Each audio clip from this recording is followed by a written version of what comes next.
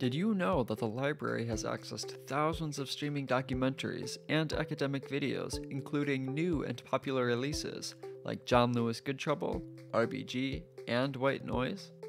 To find streaming content, navigate to the library website's A to Z database list. Under all database types, select Streaming Media. Now, choose which database you would like to explore.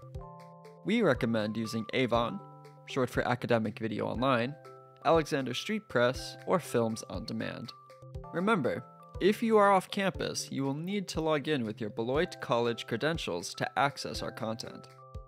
Now you can search for films by their title, creator, or subject. Apart from the vast array of streaming content on each of these sites, these resources are great because most of their videos will have both closed captioning as well as a video transcript for improved accessibility.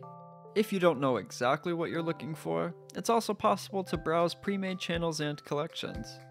If you have any questions about our film streaming databases or have a general library question, please contact us at libref@beloit.edu or through our Ask a Librarian chat service located on our website.